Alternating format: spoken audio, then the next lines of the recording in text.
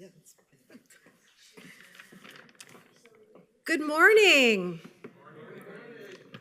I am so happy to see you all here, and I just wanted to start today's Coffee with the Curator by, acknowledging the fact that you were able to be here and sending out, the best wishes for hope and recovery to those who signed up for this but aren't able to join us because of last week's weather events. You have, all of our thoughts and support as you're going through this difficult time. And thanks for those of you who were able to get out here. So my name is Dr. Kimberly Macquarie, and I am the Director of Education and the Co-Director of the Innovation Labs here at the Dalí Museum. And it's always one of my immense pleasures to be able to introduce the speakers who join us for this Coffee with the Curator series, which is one of my favorite things that we do. As a lifelong learner, I'm always curious to learn more from our experts. And today we're joined by Dr. Alex Lenoble, who is here to celebrate the 100th anniversary of the Surrealist Manifesto. And that was originally published by André Breton in October of 1924. So here we are at the actual anniversary. It's exciting. And of course, for those of us here at the Dalí Museum, we have heard about André Breton, but we've often heard about Breton as a kind of supporting character in Dalí's saga. So I think it'll be interesting to see André Breton take central stage this morning. Before we get to our lecture, though, please join me in thanking the city of St. Petersburg for their continued sponsorship of this and other events that we do. And of course, a special thanks to our members, because everything we do with you in mind. You can, of course, visit our website to find out more about the events that we put on, including Coffee with the Curator at dalí.org, and go to our calendar. And some things that you may be interested in looking at for October. We, of course, have our little Surrealist tour, if any of you have children in your lives. On Monday the 7th, you can join our amazing chef, an evening of art and food with Chef Chuck Bandel, art and meditation on Wednesday, poetry at the Dalí, of course, to celebrate this Hispanic Heritage Month. We're going to have two amazing Latin American poets with us. Monday, we'll have the evening of fruits and floral mixology. So if drinks are more your game, we're partnering with St. Petersburg Distillery to talk about the infusion of liquor with fruits and flowers in conjunction with our amazing exhibit upstairs, which is got about another month and some change. So if you have not seen it yet, please get up there. And then on Tuesday the 15th, this is a rescheduled lecture. Dr. Leslie Wolf from the University of Tampa, who is an amazing art historian, is going to talk about the aesthetics of plating in a lecture on contemporary art and food, which is sure to be fascinating. And then Surreal Nights at the Dalí, we're going to have a little bit of a Halloween theme. So if you want to eat some chocolate, listen to a DJ, and get your groove on while you're looking at art, that's your jam this month. And then on the Sunday the 20th, Yoga at the Dalí. And then, of course, our signature fundraising event, Sueños de Dalí, 2024 or 2024, however you prefer. And then, of course, as the co-director of the Innovation Labs, I couldn't resist putting on there, if you want to join me for an introduction to creative thinking or creative problem-solving workshop, we're going to have those on consecutive Fridays, 1st of November and the 8th of November. And then you'll be able to see my amazing colleague, Peter Tosh, in November for a talk on Dalí's jewels. Yeah. So now, my great pleasure, of course, is introducing our distinguished guest. Alex Lenoble is an assistant professor of French in the Department of World Languages at the University of South Florida, which he joined in 2019 after completing his PhD at Cornell University. At USF, he teaches graduate and undergraduate courses in Francophone literature and culture, French cinema, and literary theory. His research interests include Francophone and Caribbean literature from the 20th to the 21st century, poetry and politics, and psychoanalysis, specifically focusing on trauma theory. So With no further ado, I will pass you over to someone much more qualified to speak about Breton than I. Please welcome Alex Lenoble.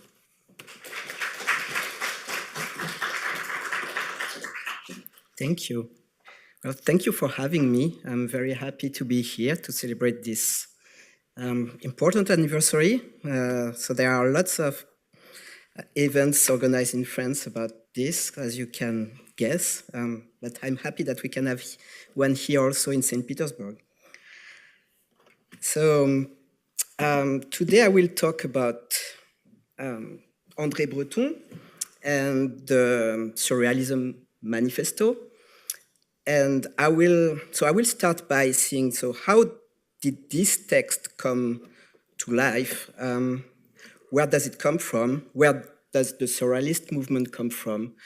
So we are talking about a little bit about the context, and then about the influences that led to this movement.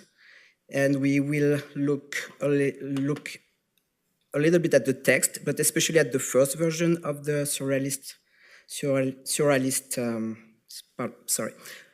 the Surrealism Manifesto. There are actually two versions. So one that was published in October 1924, actually, well, almost three versions. And the next one, the second one, was published in 1946, and they are quite different, but I won't have time here to go into the differences, but we can let that for the questions afterwards. So let's start with the context. So of course, the context in France is pretty gloom, because it's the end of World War I. And so it was a period of unprecedented devastation, characterized by trench warfare, mass casualty, about 40 million deaths, and the breakdown of pre-existing social, political, and cultural norms. The brutality of the war left a deep sense of disillusionment with rationalism, nationalism, and traditional values, because lots of the young people at the time thought that these values had contributed to the conflict. The youth is also obviously profoundly affected by the horror of the war. Lots of people are traumatized, and there is a complete distrust in the structure of society, not just in politics, but in all aspects of life. That has all aspects of life that had previously seemed stable, including art, morality, and rationality. So it will be a time to start over and put into question everything that was stable in the past. So we can't talk about the Surrealism Manifesto without talking about Dada, because Dada was first emerged in Zurich, but it was like a kind of a precursor of Surrealism.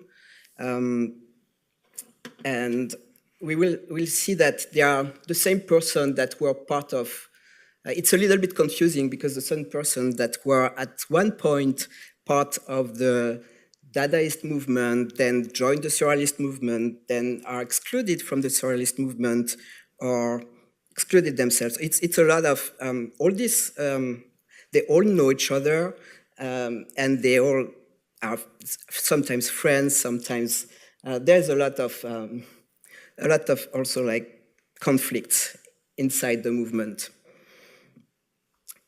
But Dada was born in Zurich. However, France saw the movement's most notorious manifestations in Paris. And Dada emerged from the convergence of Tristan Tzara, who is a Swiss author, and the group around the the journal called Literature, in which were André Breton, Louis Aragon, Philippe Soupeau, and Paul Éluard. So all of them will be members of Surrealism. This junction gave rise to the French Dada movement, and the group activities from 1920 to 1924 included exhibitions, performances, provocations, and a burst of publication that bore Dada's hallmark, irreverence. So as you can see here on the picture, you have on the picture, so this is, this is a poster for an event that was organized in Paris in 1921. This is a kind of performance, so for the photograph, so you can see how playful the movement was, so that was the kind of thing they were doing. And it was for the exhibition on Ernst in 1921. And here you see a picture of Surrealists and Dadaists together, so before the birth of Surrealism.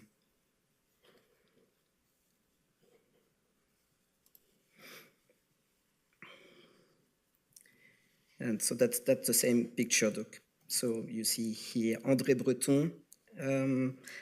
I believe is here, André Breton, and I believe, so I'm not sure, but I believe this one is probably Louis Aragon, but I couldn't really, I didn't see any other picture with his beard like that, so I'm not sure. Anyways, so yeah, this was the time, and can look at some precursors of Surrealism.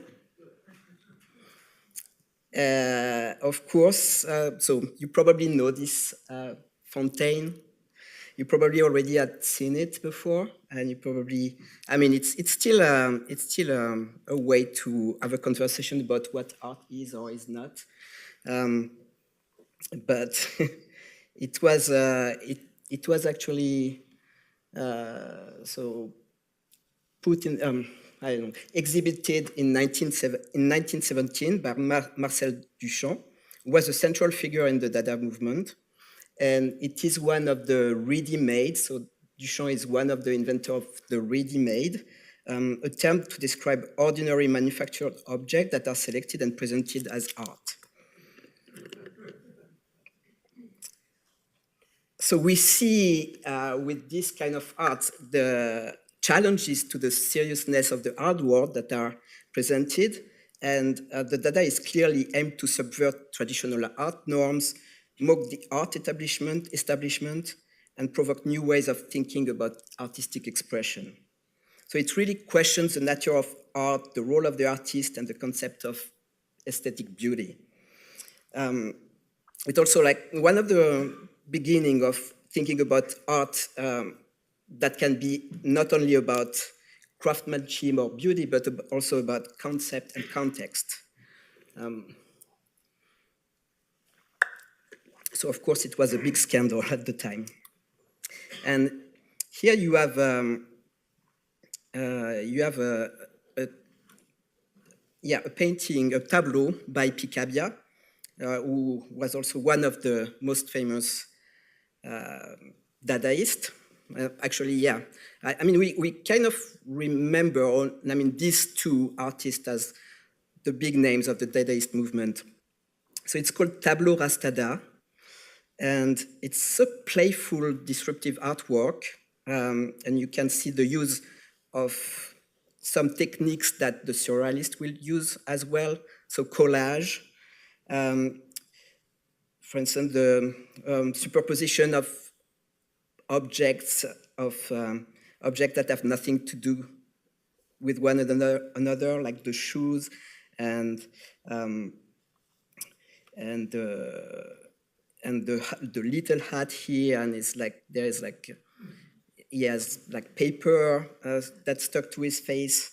So this is also another example of art that questions the nature of art, the role of the artist, and challenge the viewer to rethink the purpose of meaning of art, but at the same time, it's also fun. It's not like a movement that is serious. It's a movement that takes, it's never Dadaism, and maybe that's one of the big differences with Surrealism. Dada never took itself seriously.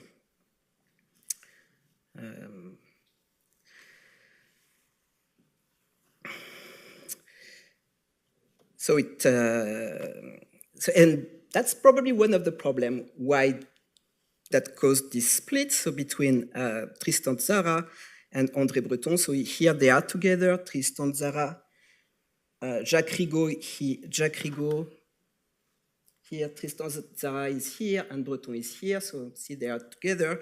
And this is another picture of Breton.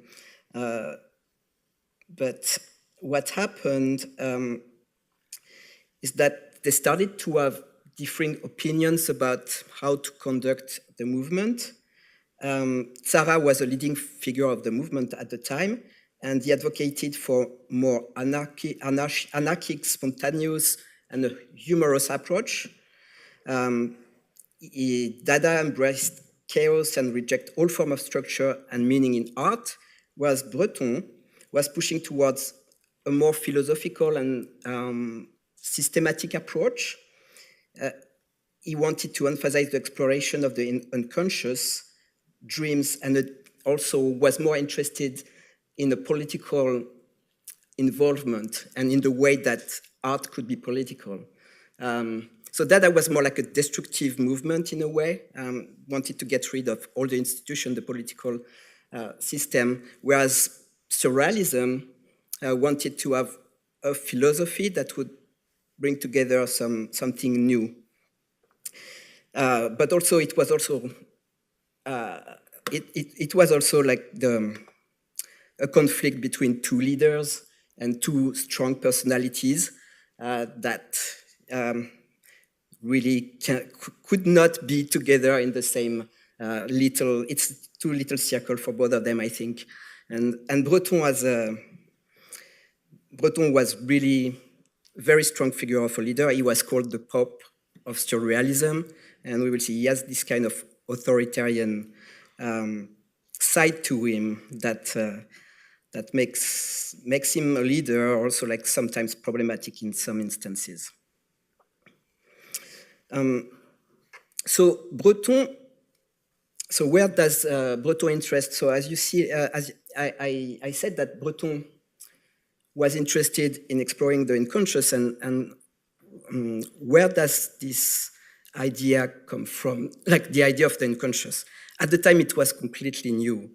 It was a recent invention. So Freud wrote about the unconscious, and it was not well known at the time, but it was beginning to be more and more to be distributed. Freud's work was being distributed more and more, and Breton actually. So these are pictures of Breton during the war. I don't know if you can guess where he is, but he's here on this picture and here in this picture. So actually, during the war, Breton was a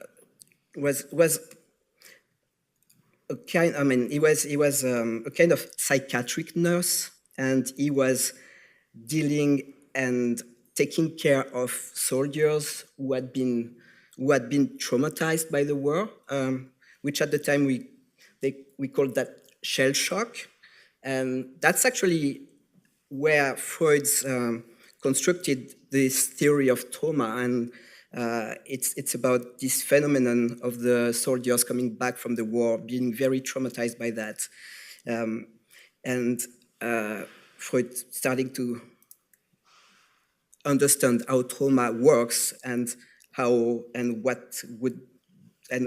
to heal from trauma, of course.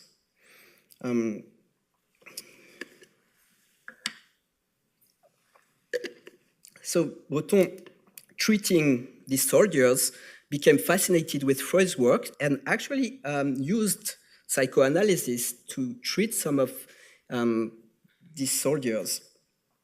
And this is an exposure to trauma and mental illness that directly inspired his exploration of dreams, automatic writing, and the deeper working of the human mind, which later became foundational element of surrealism. So that might also explain why he wanted a shift from the chaotic anti-art stance of Dada to something more constructive, where a new life could be born out of the chaos of the war.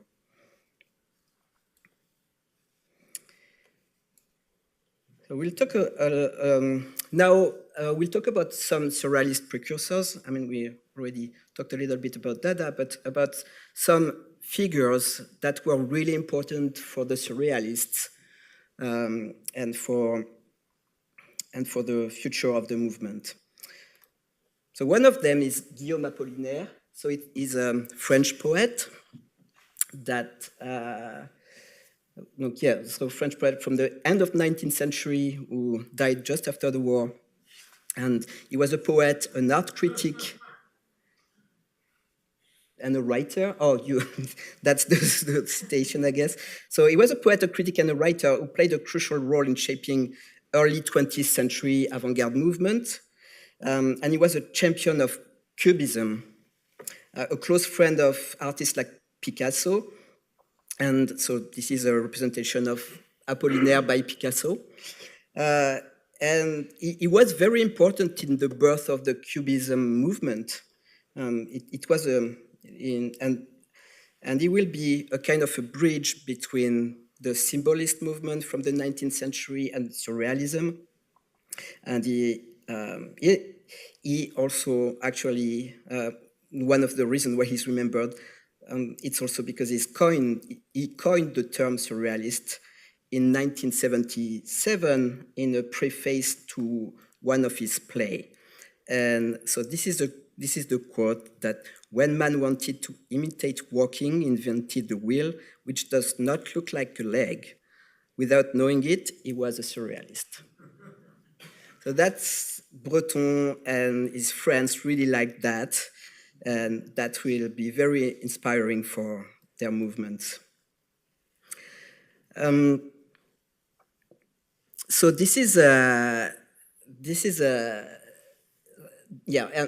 the Breast of Tiresias, that was subtitled Surrealist Drama, so was also one of the first occurrences of the world. Well, maybe not the first occurrences of the world, I think. And the play itself was already surrealist before its time. So the plays, I can tell you a little bit about the play quickly. So the play is satirical and absurd story in which Thérèse, the main character, doesn't want to be a woman and stay at home, and so defies gender norms and become a man and go to war. And she become a man named Tiresias. So this is Tiresias, represented by an illustrator friend of Breton. And here, so her breasts are represented by the balloons that she lets go, and to be free from the pressure of being a woman. It's a rejection of traditional roles. And her husband stayed at home and actually took on her role and started to give birth to a lot of children. I think 40 or 50 in a day. So that's the kind of. So it was interesting. It's interesting now to look at this play, because it's both as an ambivalent message of feminism and at the same time like the natalist politic of post-World War that was very important, very present at the time. Look, anyways, so that was a very important play for many reasons, and it was also and here there was, so André Breton came to the premiere a premiere that was way later than the play was written in 1917, but was debuted in 1947. And yeah, so the costume and the decor was by this artist, RT, and the music was composed by Francis Poulenc.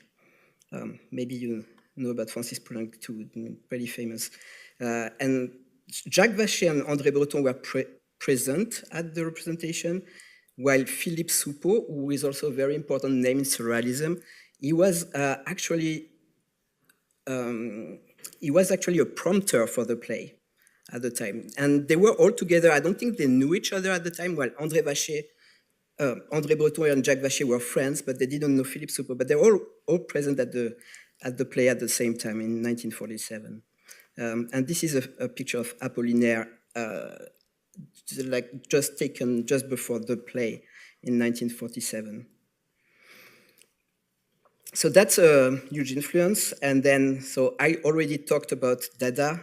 And of course, this is also, Dada also made a manifest way before, not that, I mean, a few years before the Surrealists. So the manifest Dada was published in 1918.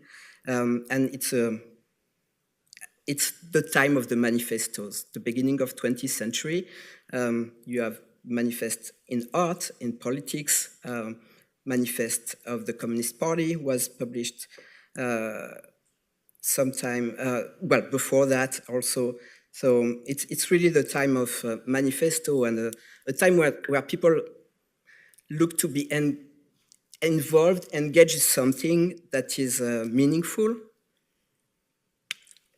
where they can put their energy and where they can construct something.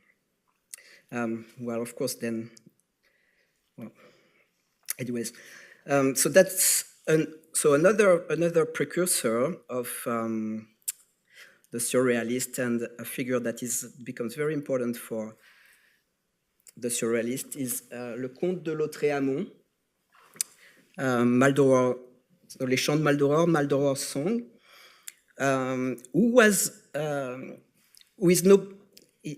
real name was Isidore Ducasse, and he was a 19th century French poet. And little is known about his life. It's very mysterious. He died at the young age of 24, and his only major work, so Les Chants de Maldoror, had the significant impact of Surrealists. Actually, they kind of discovered him because it wasn't well known. He wasn't well known at the time. And the Chants de Maldoror is a long prose poem filled with violent, dreamlike imagery and a defiant, blasphemous tone. It's very, very violent language and very strong images.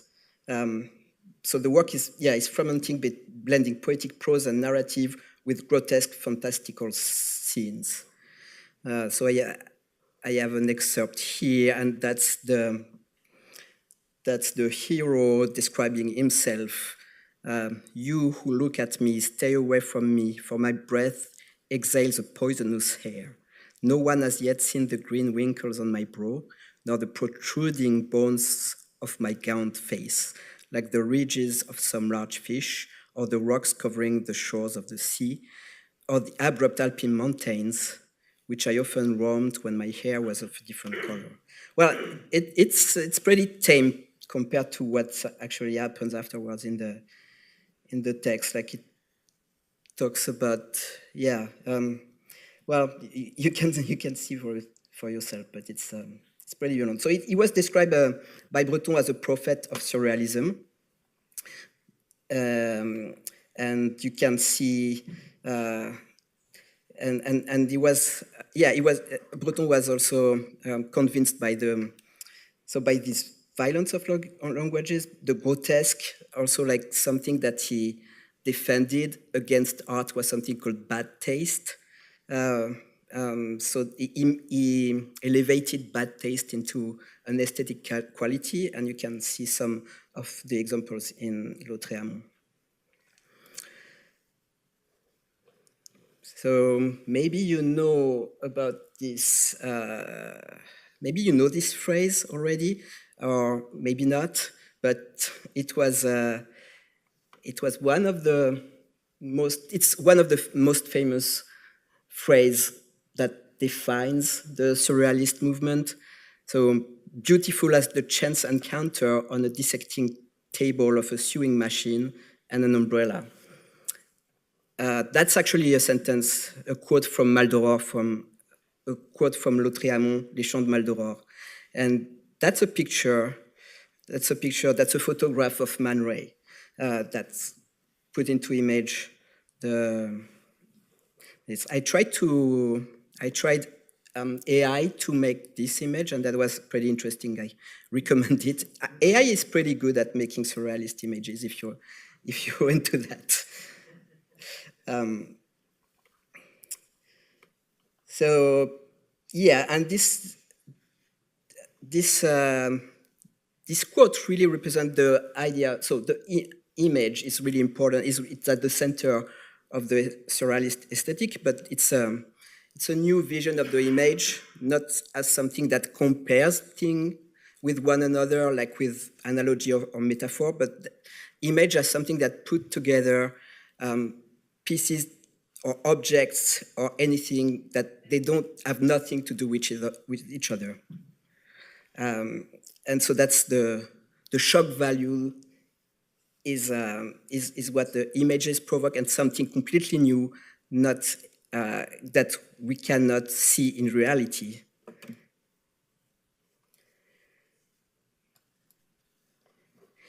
Magnetic Fields was published in 1920, and it is considered as the first surrealist work, and it was published before the manifesto, but that's what gave the idea to Breton to write the Surrealist Manifesto. He said that the manifesto came from the discussion he had about Philippe Soupeau, about this work, Les Champs Magnétiques, Magnetic Fields. The discussion he had with Philippe Soupeau, because it's a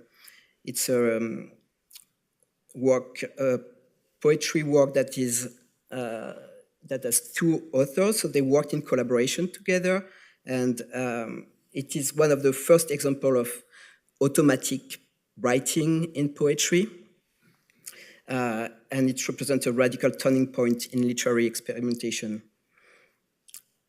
Breton and Soupeau wanted to free themselves from logic, structure, conscious control, to explore the power of the unconscious, creating a work that actually paved the way for surrealism as a movement in general. So it is, of course, inspired a lot by Sigmund Freud also, and it came also from this idea of a kind of spoken poetry. So poetry shouldn't be something you work a lot of, but something that you find in yourself, into your unconscious, and you let your unconscious free and express itself. So Breton said that he's convinced that the speed of thought is not greater than that of speech, and does not necessarily defy language or even the pen running across the page. So they advocated for a pure psychic automatism. So what does that mean? We will see in the manifesto, but it's like for him, writing poetry is trying to put yourself in this state of maybe meditation, or you empty your mind from anything and then just write without thinking about it. In theory, that's how it works.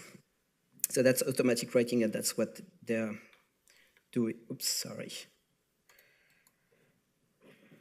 I'm going way too fast. Yep, sorry, I was going too fast. So,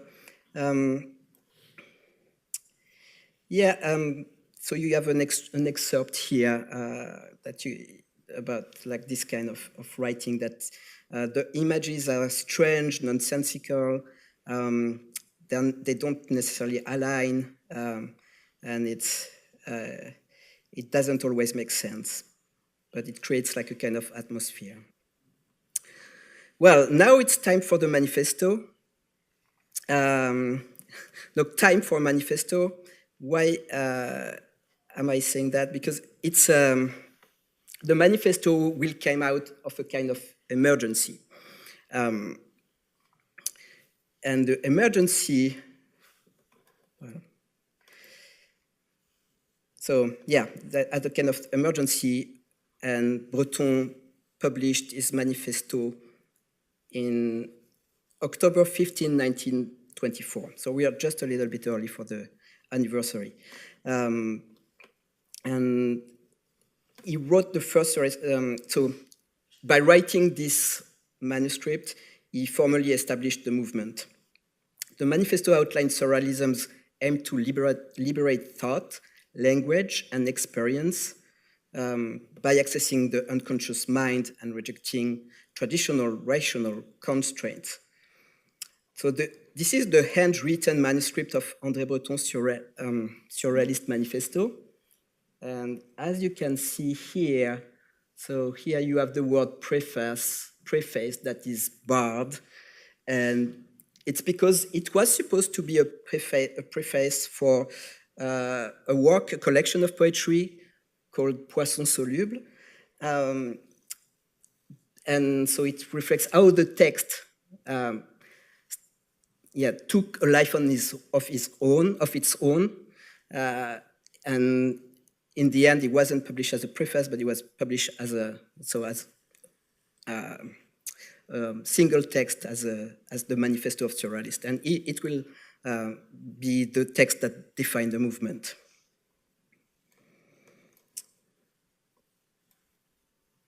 And I wanted to tell you also that here the handwritten manuscript of André Breton is currently on display as part of a major exhibition in Paris. And you can actually access also the manuscript just by going into the website of the National Library of France, which is pretty cool. You can have access to all the manuscript in French, of course. It's not translated yet. I mean, it is translated, but not, yeah. Well, so someone else is coming into play here. And that explains also the urgency. So actually, Breton was not the first one to write a Surrealism manifesto. So that is very surprising today to people who even like, because Ivan Goll his name didn't really stay, but he is the one who published first. So 2 weeks before André Breton published his own manifesto. And so it provoked, like, Breton was very wanted to claim Surrealism as a term for his movement and a new aesthetic art, and so they were very possessive about the term, and so it was a huge rivalry between the two figures, and so it sparked debates over who could be considered the true founder of Surrealism.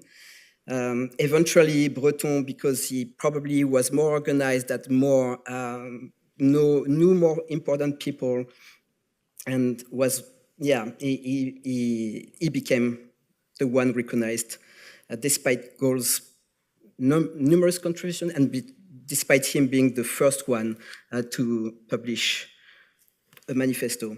But their ideas are a little bit different. Ivan Goll is really focused on an aesthetic that comes from nature, but go over the reality. I mean, it's very like an aesthetic, whereas Breton wants to link aesthetic and life, aesthetic, philosophy, and life. So,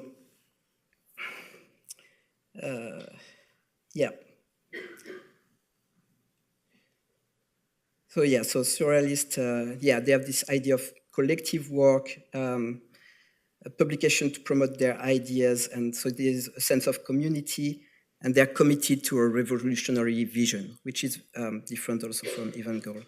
But this is another excerpt of the text that is, so this one is exhibited at in Paris, in the Beaubourg, Centre Georges Pompidou. Okay, so we can talk a little bit more in depth about the text now. I mean, I will try to be quick because I don't know how much time I have left, but I want you to be able to ask questions. Anyway, so the text itself is pretty interesting because it's not exactly what you would imagine for a manifesto. It begins with a personal, provocative tone where Breton criticizes the limitation of reality and rational thought. It challenges conventional ideas about adulthood, necessity, moral codes, and the text can be somewhat chaotic. It seems like it follows Breton's thought without a clear linear argument. And Breton, yeah, he goes from one idea to another, and so it's reflection, but in a very poetic style. But Breton writes about also about these themes about adulthood, childhood, about the disillusionment about reality and life, but also about his fascination with the unconscious mind, dreams, and automatic thought. He reflects on the influence of psychoanalysis. So we have some abstract of philosophical musing and some practical examples like dreams or moments of irrational behavior. And also, at time, the writing style becomes more manifesto-like when it takes like a prescriptive tone and try to engage people to join. But mostly, it's also like a text that can be said that it's a collage. So this is the text where the definition of surrealism is, and it's interesting to see that Breton gives it right from the beginning this dictionary-like form. So he is text as the authority. I'm defining the words. That's how it will be defined in the dictionary. So that's what it is, and I'm the one who defined it.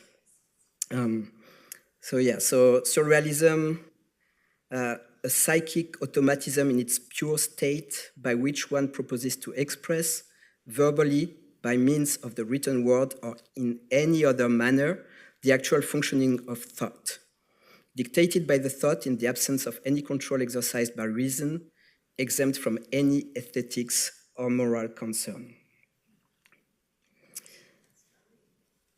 So yes, here you have the. So as you see, this definition is not really like about a literary movement. It's way more than that. It wants to be way more than that.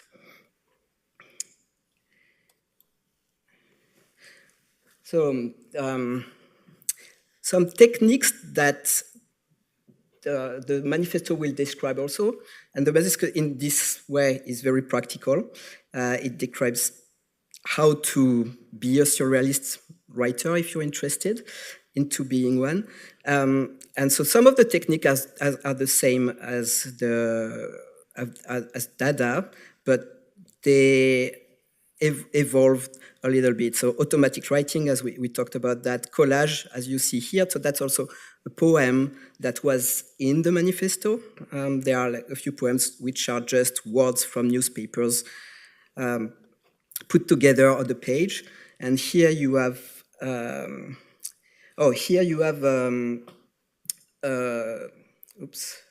you have exquisite corpse, the cadavre exquis.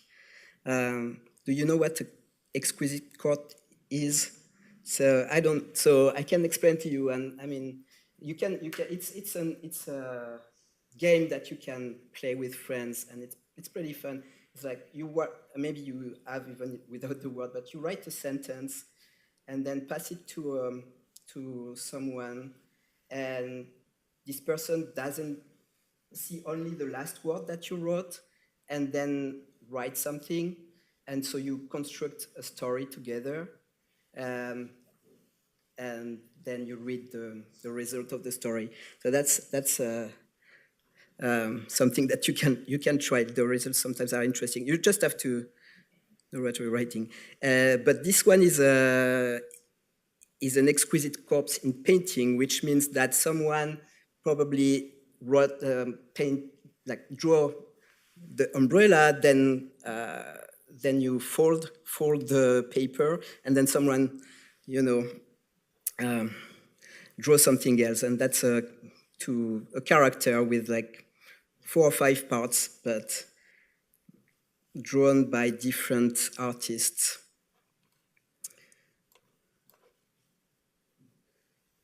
So yes, I have, yeah.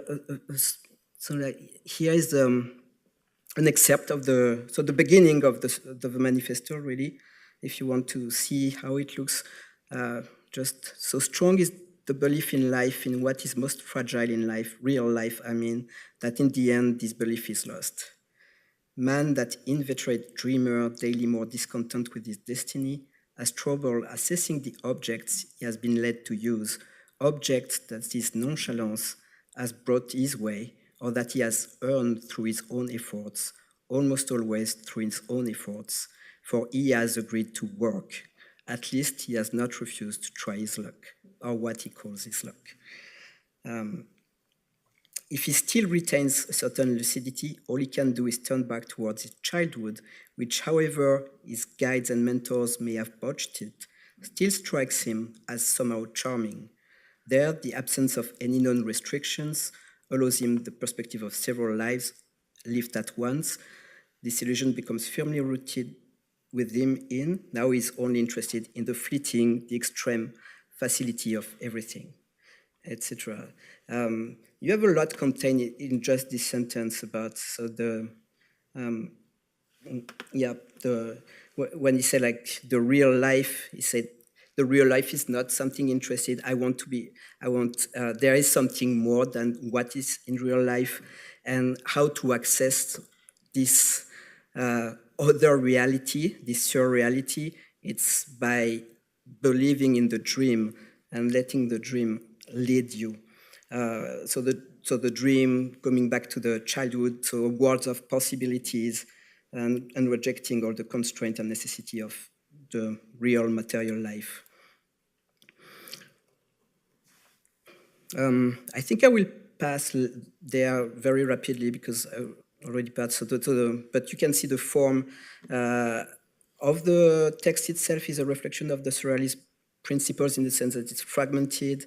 It's a mix of poetic, philosophical, personal styles. And we can see that in the use of provocation and oppositions as well. And I'm not, oh yes, this part is also another aspect that is pretty interesting because it's really like an instruction manual. So this gives you the secrets of the magical surrealist. So of course there's a lot of irony in that. And written surrealist composition of first and last draft. And so there's the whole instruction manual. Having settled down in some spot most conducive to the mind's concentration upon itself, order writing material to be brought to you.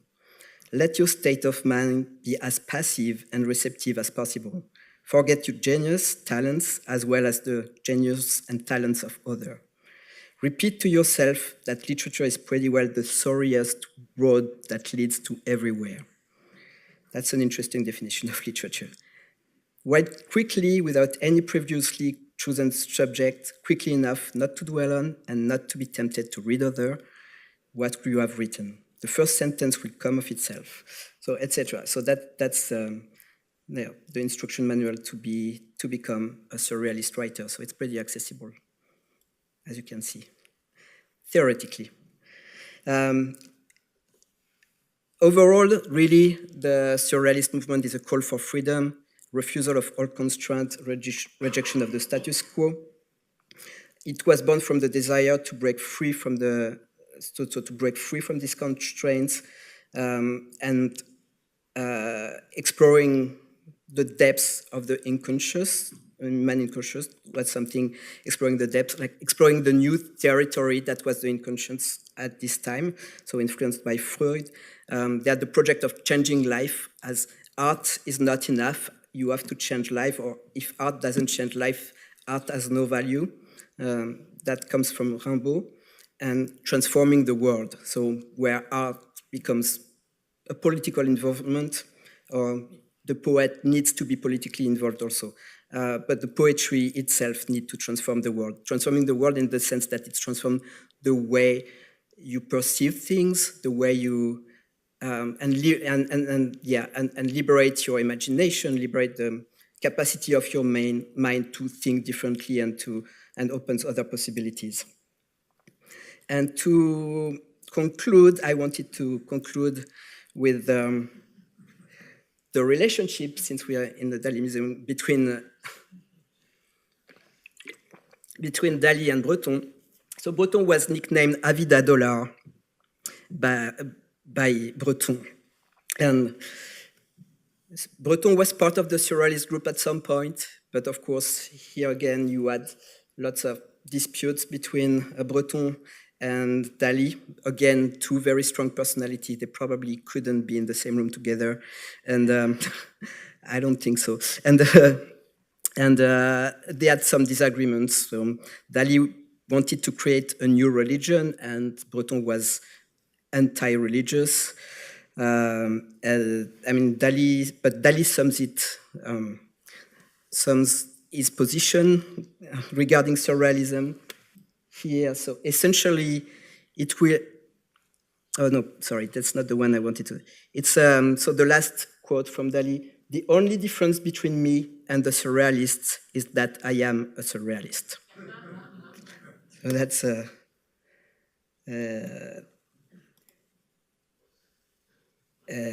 the conclusion. Yeah, that I will. The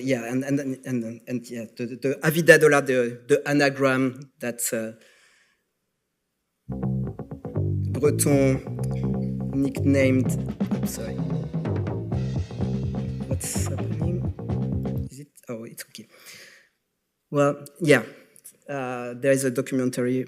I thought I had next. Anyways, I just want to conclude here. So with this interesting relationship between Breton and Dalí. Dalí, of course, was influenced a lot by surrealism, and Breton, he was excluded from surrealism after a trial. So they had this kind of trials that they made, and they excluded, a lot of people have been excluded. So for different reasons, it could be ideologically, aesthetics.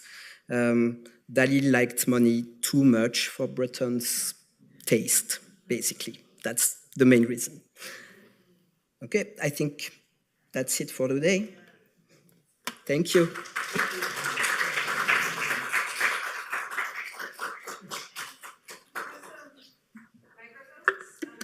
For people who want to ask questions, if you have a question, raise your hand and we'll try to bring you a mic.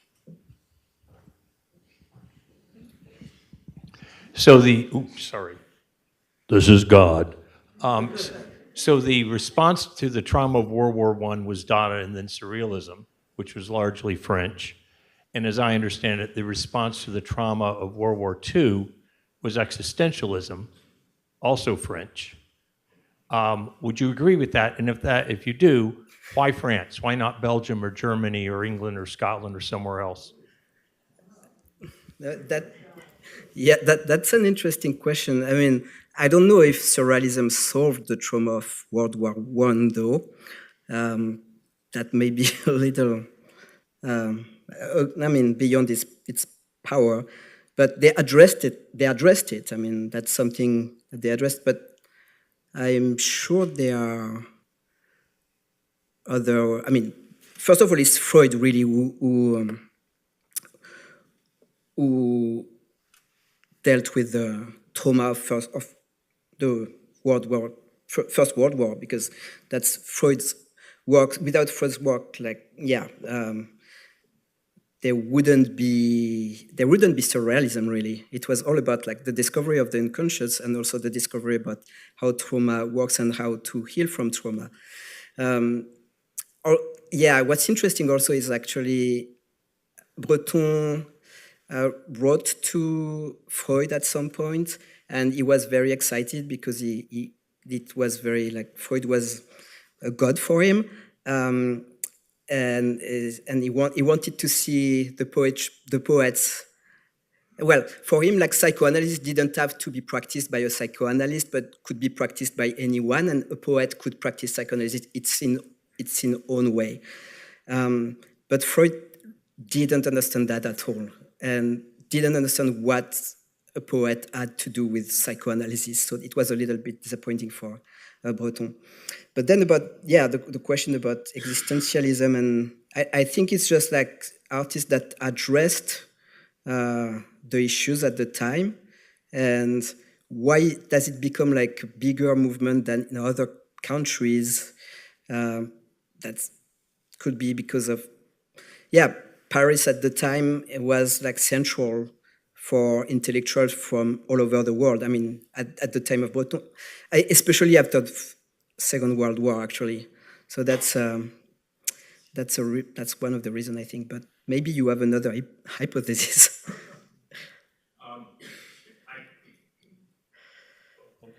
I look, yes.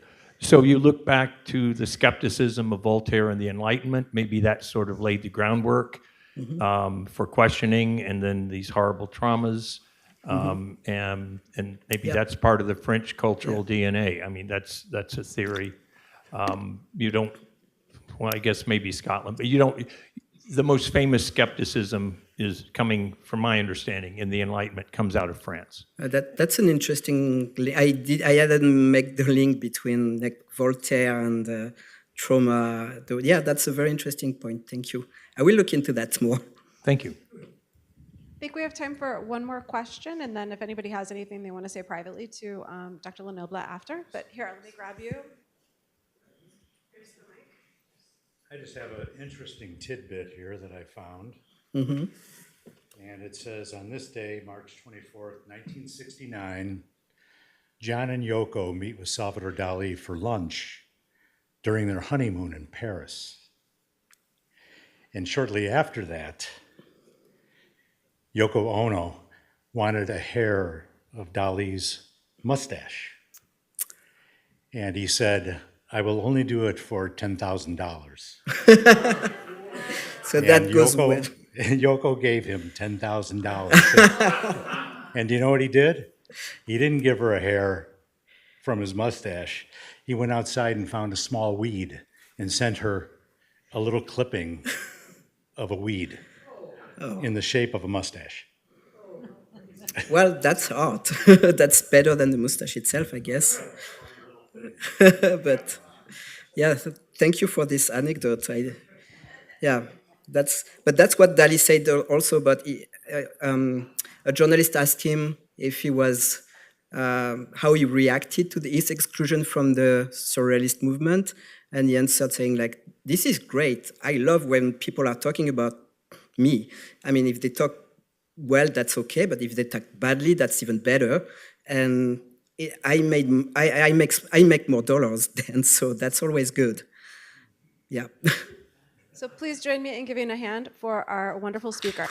Thank you. Thank you very much for coming this morning.